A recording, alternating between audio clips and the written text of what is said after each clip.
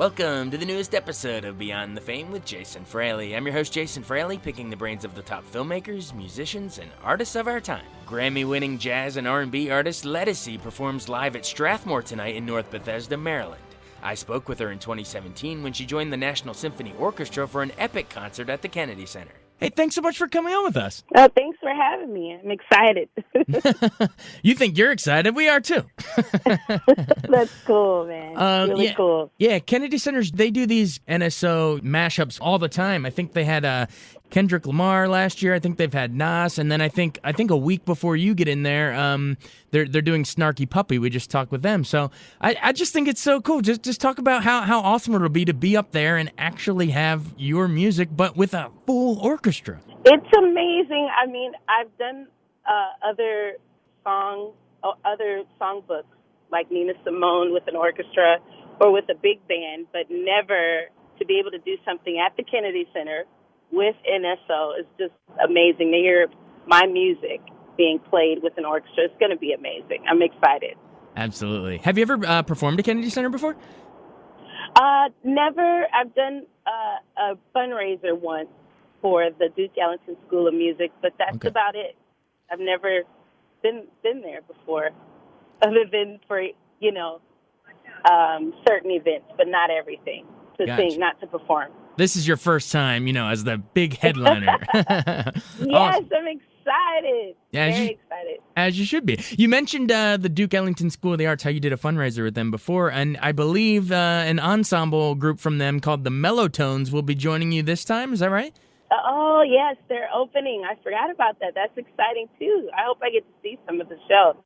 Yeah, so I'll probably be a nervous wreck behind the scenes, making sure everything goes great. You'll be back. Yeah, they're performing as well. Yeah, you'll be when they're out there. You'll be backstage, shaking with nerves. No, you'll be fine. You can do. Come on, you're a 9-time Grammy nominee. I think you're fun.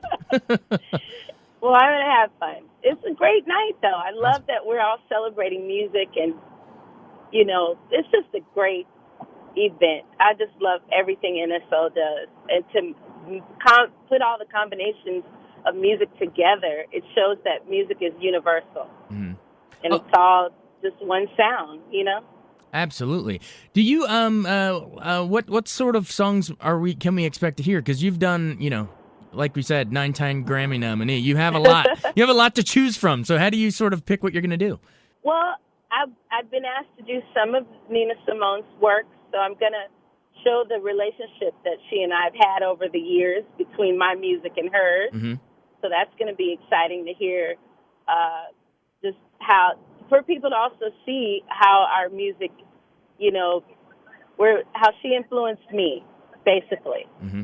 That's great. So I'm excited. What else might we, if some of your fans are listening, what might they might hear? Some of the songs that they're looking for. I'm definitely going to do Pieces of Me, which is a huge song. I can't wait to do Hate Me, which is a song that has string arrangements in it, and a song called Lost and Found from my first record label release with strings, because that's all orchestra.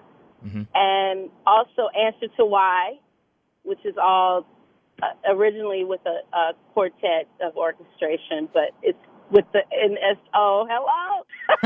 I'm sorry, I'm excited. Sorry. And also I'm going to do All Right with an orchestra. That's going to be so great, man. I'm getting goosebumps. So I can't wait. I'm getting goosebumps sort of imagining the orchestrated versions of these, It's going to be good.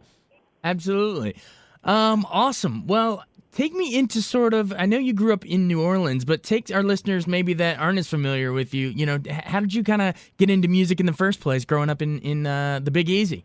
Well, I'm originally from NOLA, and I was born there, but I left when I was 10. But when I was in New Orleans, the first thing we learned is about big band and jazz and Zydeco music and the combination. So I'm used to everything being mixed up all the time. Mm-hmm. And then when we moved to the Bay Area, and it was there that I learned more about classical studying at UC Berkeley. So I do have a classical background, which is awesome. So there'll be a lot of that influence that you can hear in my music as well. The way I hold notes and pronunciation, and even though it's R&B with a mixture, of jazz, I mix everything I am. So being from New Orleans taught me, I mean, that's the heartbeat of everything is the drum and music and jazz. And then to learn that more about classical and musical theater in the Bay Area, that was great. I learned a lot about gospel music too from both places. But I'm just like a combination of everything, all mixed up between the Bay Area funk and the jazz and heartbeat of jazz and being from New Orleans. So that's who I am. But I love everything, and I love mixing my music. But I'm a predominantly R&B singer. But everyone debates that. You're a jazz singer. Exactly. But I'm definitely R&B. Definitely R&B. It all overlaps in some way, you know. Oh, that's funny. We kind of got your roots in NOLA, and then your more classical training once you get to Berkeley. How do you go from there into becoming, your first Best New Artist at the Grammys? Well, independently, I had put out 2 CDs, one called Soul Singer, the other called Feeling Orange but Sometimes Blue, which is hard CDs to find right now, or music to find, because I don't have it on the internet. Mm-hmm. And I was getting discouraged after a while being an independent artist, and I was about to quit. And I met my producer, longtime producer and friend, Rex Rideout, who called me and asked me to perform on the Boney James song that's originally a Luther Vandross track, My Sensitivity. And it was a tribute album for Luther Vandross. And that was how I became known to Verve Records. But what's funny is I had went to Verve years ago, and they said no. It's like 8 record labels turned me down. And the one that I first went to came back, and they wanted to sign me. They came to one show and saw my fan base and said, we got to sign this girl. And it was there that they signed me, and I became, my first record, Lost and Found, was released in 2007, and I predominantly produced it and worked on it with Rex Rideout. And there came Best New Artist and Best R&B Album nomination by the Grammys. I was blown away. Oh, that's great. And I was in the same category as Taylor Swift and Amy Winehouse in Best New Artist. It was like, whoa, and then R&B Album was Chaka Khan, and I can't remember everybody, but that was like, wow. You're in there with all the Titans. Right. I didn't think I was going to win, and I didn't, but I was just so happy to be there. Hey, that's great. Congrats. I know that was like years ago, but congrats on that and all the other ones since then. I always find it funny when it's like the category's Best New Artist, but really I'm like this year's Chance the Rapper. He's really been around it's not new, but I guess Neither had I. Yeah, it's like I guess it's like new to the mainstream, I guess, but yes, yeah, exactly. But exactly, it's nice that I guess it's a way for a broader audience to find out about these people who've been at it for a while. There's no overnight successes for sure. No overnight with anyone. I don't care who you are. Yeah, exactly. Wow. Exactly. Mm-hmm. Well, here we are, 9 more nominations later. I know you're going to win one soon. I know it. I have a feeling it's going to happen.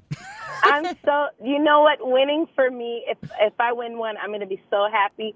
But winning for me is being able to sustain and do a show like this with an orchestra, my music, and be appreciated.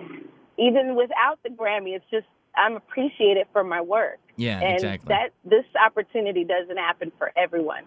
So I'm just honored that NSO thought worthy of me to be a part of it. So I'm grateful, very grateful. This is winning. Yeah, that's to hear exactly. To see my music written out with strings, it's just amazing,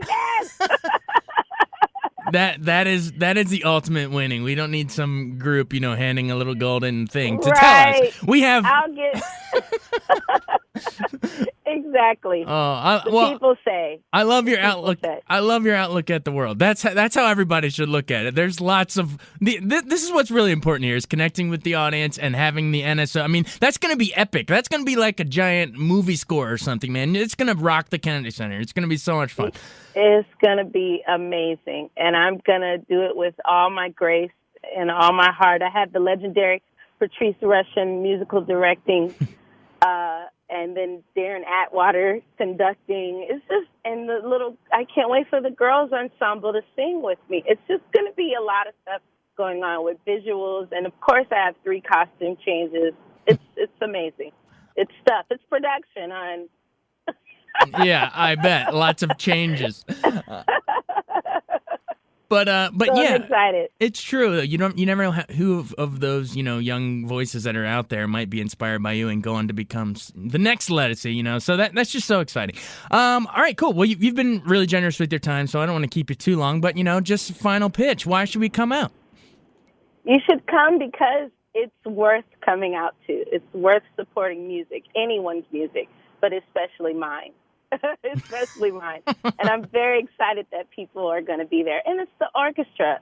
That's we don't have that often. That's not a everyday thing. It's a luxury to be able to spend an evening to hear the combination of classical, jazz, and R&B all rolled up together. It's beautiful. It's going to be great. We really appreciate you joining us. Thank you so much. You're great. Thanks for having me. Your music's great, and we're excited to come for 2 shows, not 1, 2 at the Kennedy Center. I know, 2. 2. Double whammy. Thank you so much. Thanks for having me. All Have right. a great day. Okay, bye. Thanks so much for joining us on Beyond the Fame with Jason Fraley. Remember to hit the subscribe button and give us a 5-star rating if you like what you hear. We'll see you next time.